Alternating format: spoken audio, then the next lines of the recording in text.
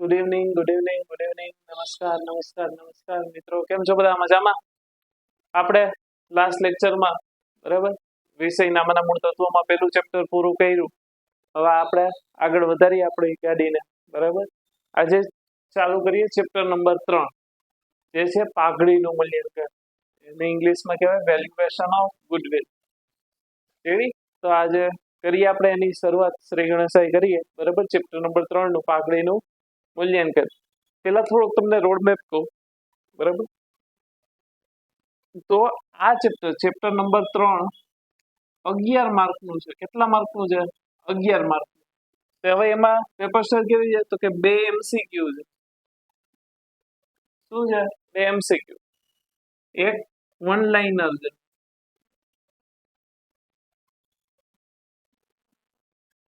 બરાબર, પછી વિભાગ ડી માં 4 માર્કના 2 પ્રશ્નો છે. કેટલા છે? 2 ક્વેશ્ચન છે.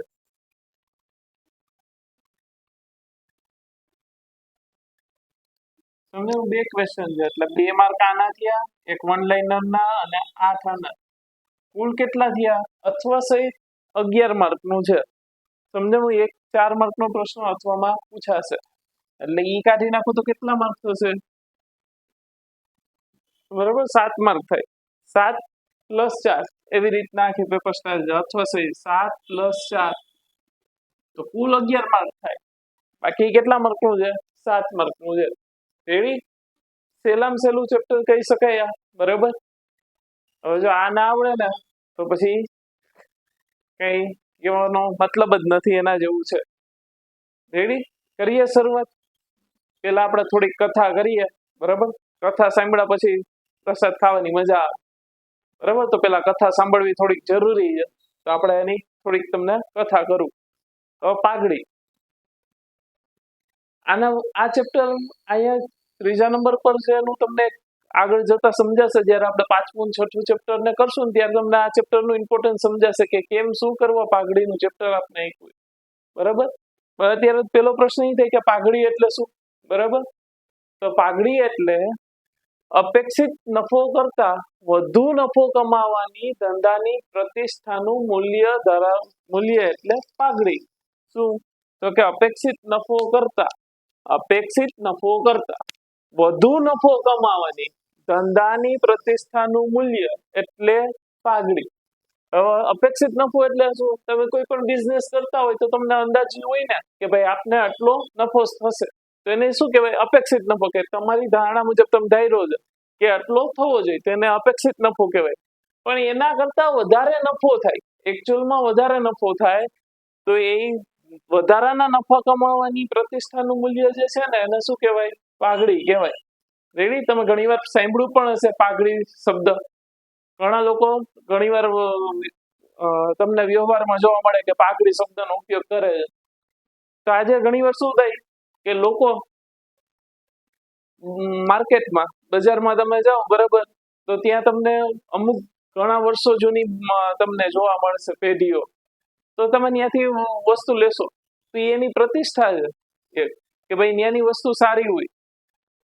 તો એ જે તમે વિશ્વાસ છે એ લોકોએ અચીવ કર્યો હોય, એને શું કહેવાય? પાઘડી કહેવાય. કારણ કે એના લીધે, પાઘડીને કારણે એની પાસે શું હશે? કસ્ટમર વધારે હશે. અને કસ્ટમર વધારે હશે તો નફો પણ શું થાય? વધારે મળે ને. આજે જેમ કસ્ટમર વધારે તો એમ વેચાણ પણ વધારે થશે. વેચાણ વધારે થશે તો નફો પણ શું થાય? વધે. સમજાય? તો તમે આ પાઘડીથી પરિચિત પણ જો. 11માં આપણે 4 વસ્તુ જોઈ હતી, તમને ખબર હોય તો શીખાવે. પાઘડી, પેટન્ટ, ટ્રેડમાર્ક, કોપીરાઇટ. આ બધી કેવી વસ્તુ? તો કે ધંધાની અદ્રશ્ય મિલકતો છે. મિલકત છે પણ એને જોઈ શકાતી નથી, તો એને કે એટલે આપણે એને શું કહીએ? તો કે આ અદ્રશ્ય મિલકત છે. સમજાવું? કારણ કે આજે ઘણીવાર શું હોય કે લોકો પોતાની મહેનતથી માર્કેટમાં એક ઇમેજ ઊભી કરતા હોય. એ ઇમેજ એટલે જ પાઘડી. રેડી? તો આગળ કરીએ શરૂઆત. બરાબર, બહુ કથા નથી કેવી, પછી આગળ જેમ જશો થોડીક તમને કહેતો જઈશ. તો પાઘડી ગણવાની 4 રીતો છે. કેટલી રીતો છે? 4 રીત છે. પેલી છે સરેરાશ નફાની પદ્ધતિ. કેવી છે? સરેરાશ નફાની પદ્ધતિ. બીજું છે ભારિત સરેરાશ નફાની પદ્ધતિ. આને સાદી સરેરાશ નફાની પદ્ધતિ પણ કહેવાય. સાદી સરેરાશ નફાની પદ્ધતિ, પછી ભારિત સરેરાશ નફાની પદ્ધતિ, અધિક નફાની પદ્ધતિ અને નફાના મૂડીકરણની પદ્ધતિ. તેની 4 પદ્ધતિ છે. કઈ કઈ? સરેરાશ નફાની પદ્ધતિ, ભારિત સરેરાશ નફાની પદ્ધતિ, અધિક નફાની પદ્ધતિ અને નફાના મૂડીકરણની પદ્ધતિ. રેડી? આપણે પેલા સાદી સરેરાશનો દાખલા જોઈએ. રેડી? કરીએ શરૂઆત હવે. દાખલા નંબર 4. શું કીધું? કે નીચેની માહિતી પરથી ભાવેશ અને વિપુલની ભાગીદારી પેઢીની પાઘડીની કિંમત છેલ્લા 5 વર્ષના સરેરાશ નફાની, એટલે જો અહીં તમને કીધું કઈ પદ્ધતિનો ઉપયોગ કરવાનો? સરેરાશ નફાની પદ્ધતિનો ઉપયોગ કરવાનો. 4 વર્ષની ખરીદીના આધારે ગણવાની છે. છેલ્લા 5 વર્ષના નફાની માહિતી નીચે મુજબ છે. વર્ષ આપ્યો છે, નફો આપ્યો 2011, 12, 13, 14, 15 ને 15, 16. નફો છે 1 લાખ, 1,10,000, 1,80,000, 2 લાખ ને 1,50,000. હવે સાદી સરેરાશ નફાની પદ્ધતિ માટે 2 સ્ટેપ છે. કેટલા સ્ટેપ છે? 2 સ્ટેપ છે. સ્ટેપ નંબર 1 અને સ્ટેપ નંબર 2. સ્ટેપ નંબર 1 શું છે? તો કે સરેરાશ નફો. પહેલા શું ગોતવાનું? સરેરાશ નફો ગોતવાનો. શું ગોતવાનું? સરેરાશ નફો ગોતવાનો. સરેરાશ નફો કેમ મળે? તો કે કુલ નફો ભાગ્યા વર્ષોની સંખ્યા, એટલે આપણે શું મળે? સરેરાશ નફો મળે. સ્ટેપ નંબર 2 શું ગોતવાનું છે આપણે? પાઘડી. તો પાઘડી કેમ મળશે? તો કે પાઘડી બરાબર સરેરાશ નફો ગુણ્યા ખરીદીના વર્ષોની સંખ્યા. રેડી? આ 2 સ્ટેપ છે. હવે આપણે દાખલા નંબર 4 ની શરૂઆત કરીએ. તો સ્ટેપ નંબર 1 શું છે? સ્ટેપ 1 શું છે? સરેરાશ નફો. સરેરાશ નફો કેમ મળે? તો કે કુલ નફો ભાગ્યા વર્ષોની સંખ્યા. તો પેલા કુલ નફો ગણીએ. પેલા આપણે વર્ષો આપ્યા એ લખી લઈએ. 2011-12, 2012-13, 2013-14, 2014-15, 2015-16. નફો લઈ લઈએ. નફો કેટલો આપ્યો છે? તો કે પેલા આપ્યો છે 1 લાખ, પછી આપ્યો 1,10,000, 1,80,000, 2 લાખ, 1,50,000. કુલ નફો એટલે તો કે 5 વર્ષના નફાનો સરવાળો કરો ને એટલે કુલ નફો મળે. કરો જી. 1 લાખ પ્લસ 1,10,000, 1,80 પ્લસ 2 પ્લસ 1,50 એટલે કેટલો થયો? 7,48.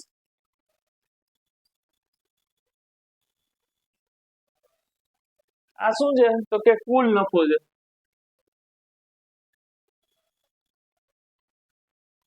રેડી? હવે સરેરાશ નફો ગોતીએ. સરેરાશ નફો. શું સૂત્ર છે સરેરાશ નફાનું? તો કે કુલ નફો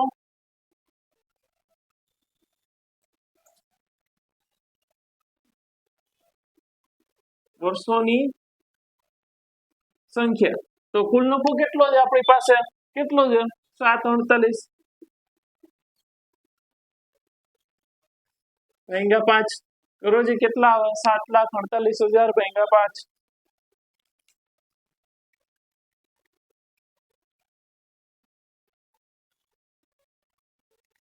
સોરી, અહીંયા જ આપણે ભૂલ છે. અહીંયા કેટલા આવશે? 7,40 થાય. એટલે આપણો નફો કેટલો થશે?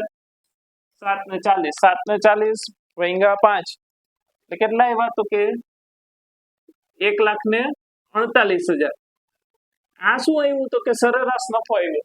આપણે જોઈએ છે શું? પાઘડી. એટલે હવે સ્ટેપ 2.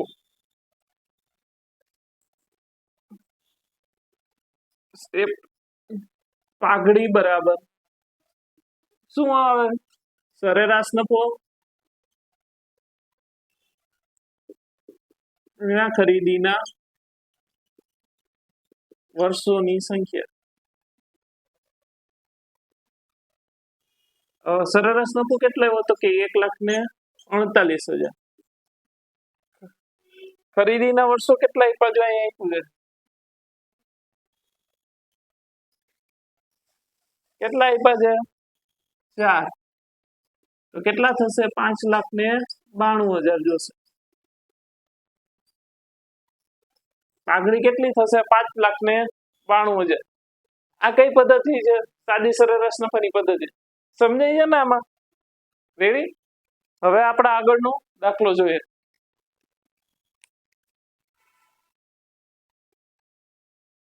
એના પછી દાખલા નંબર 5 મહેન્દ્ર અને પ્રવીણ એક ભાગીદારી પેઢીના 3:2 ના પ્રમાણમાં નફો નુકસાન વેચતા ભાગીદારો છે તેઓ નફા નુકસાન વેચવાનું પ્રમાણ બદલીને 1:1 કરવા માંગે છે તેથી પાઘડીનું મૂલ્યાંકન કરવાનું નક્કી કર્યું ભાગીદારી કરાર મુજબ પાઘડીની રકમ છેલ્લા 4 વર્ષના નફાને સરેરાશ નફાની જો પદ્ધતિ ખબર પડી ગઈ સરેરાશ નફાને કીધું અને 5 વર્ષની ખરીદીના આધારે નક્કી કરવાનું છે તો આપણું સ્ટેપ 1 શું થશે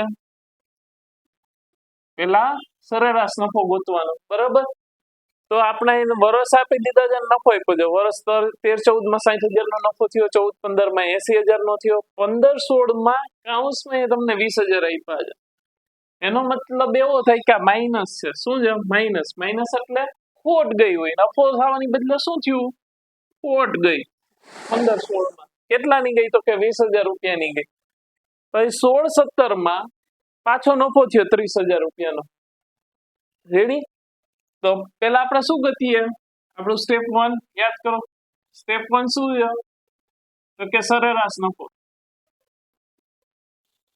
સરેરાશ નફાનું સૂત્ર શું છે તો કે સરેરાશ નફો બરાબર કુલ નફો માં વર્ષોની સંખ્યા રેડી તો આપણી પાસે પેલા શું જોશે કુલ નફો જોશે તો કુલ નફો ગોતીએ 6 ને 8 1,40,000 14 ને 3 17 1,70,000 રૂપિયા થયો એમાંથી આ 20,000 માઇનસ કરવાના તો આપણા હાથમાં કુલ નફો કેટલો વધે છે તો કે 1,50,000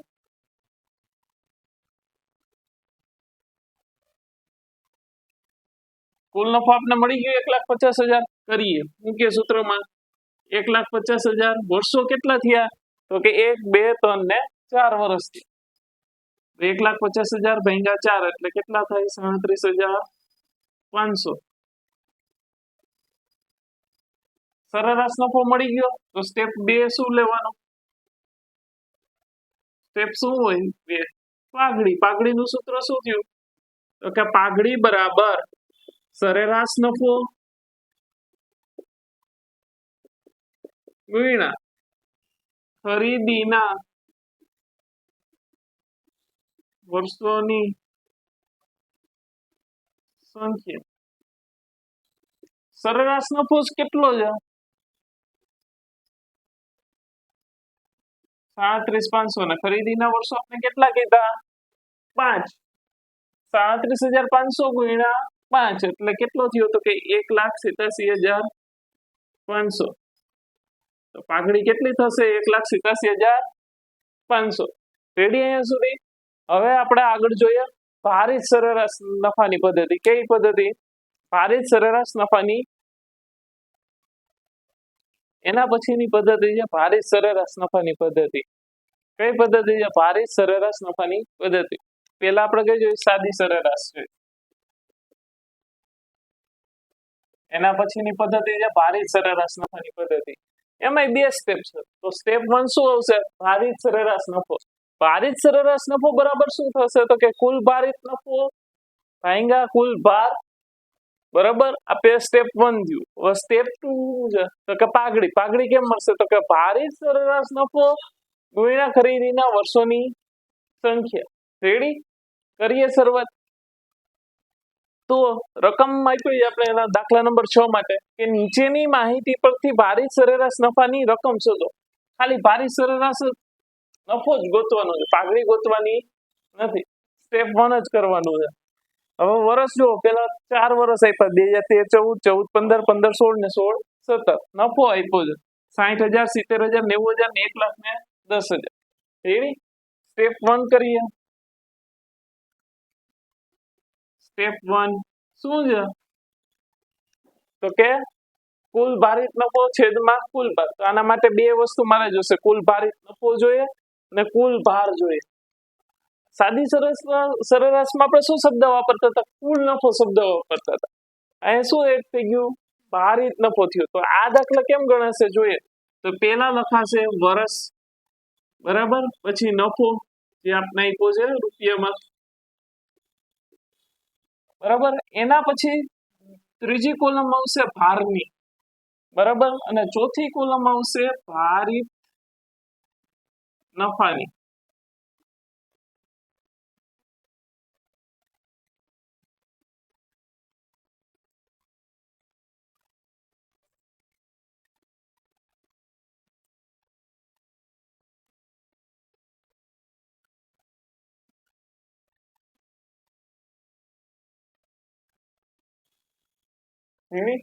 પેલું વર્ષ આપ્યું છે 2013-14,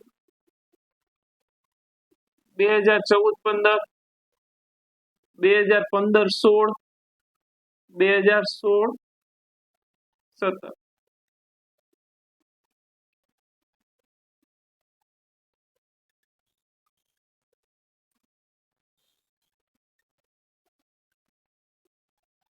રેડી? નફો પેલા કેટલો આપ્યો છે તો કે 60,000, પછી કેટલો આપ્યો તો કે 70,000, પછી આપ્યો છે 90,000, ને પછી આપ્યો છે 1,10,000. હવે ભાર આપવાના, તો ભારમાં પહેલા જે વર્ષ હોય ને એની 1 અપાય, બીજા વર્ષને 2 અપાય, ત્રીજા વર્ષને 3 અપાય ને ચોથા વર્ષને 4 અપાય. તો પહેલા વર્ષને 1 આપશું, બીજા વર્ષને 2, ત્રીજા વર્ષને 3 ને ચોથા વર્ષને 4. હવે ભારિત નફો કેમ મળે તો કે ભાર ગુણ્યા નફો એટલે ભારિત નફો મળે. સમજાવું? તો 60,000 ગુણ્યા 1 એટલે કેટલા મળે તો કે 60,000. 7 દુ 14, 1,40,000. 90,000 ગુણ્યા 3 એટલે 2,70,000. 1,10,000 ગુણ્યા 4 એટલે કેટલા થશે? 4,40,000. હવે કુલ ભાર જોઈએ અને કુલ ભારિત નફો જોઈએ. તો આ કુલ ભાર આપ્યો છે એનો સરવાળો કરી નાખીએ એટલે આપણે કુલ ભાર મળી. તો કેટલા થશે? 4 ને 3 7, 7 ને 2 9 ને 10. કુલ ભારિત નફો કેટલો થાય છે?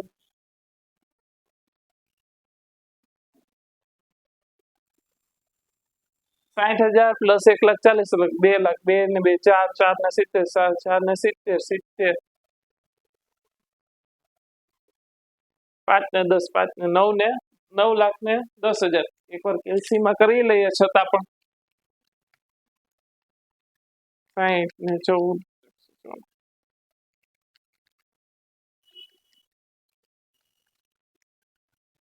9,10,000 થયા.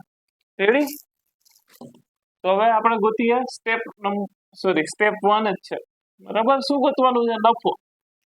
તો ભારિત નફો, ભારિત સરેરાશ નફો શું થશે? કુલ ભારિત નફો છેદમાં કુલ ભાર. કુલ ભારિત નફો કેટલો થશે તો કે 9,10,000. કુલ ભાર કેટલો છે? 10 લાખ, સોરી 10 એટલે કેટલો થશે? 9,10,000 ભાગ્યા 10. ભારિત નફો કેટલો થાય? 91,000 થાય. રેડી?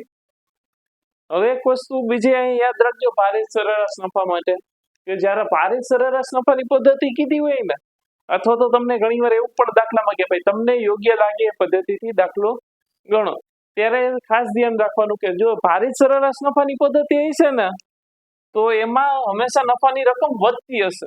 પેલા 60 હતો, પછી 70 થયો, પછી 90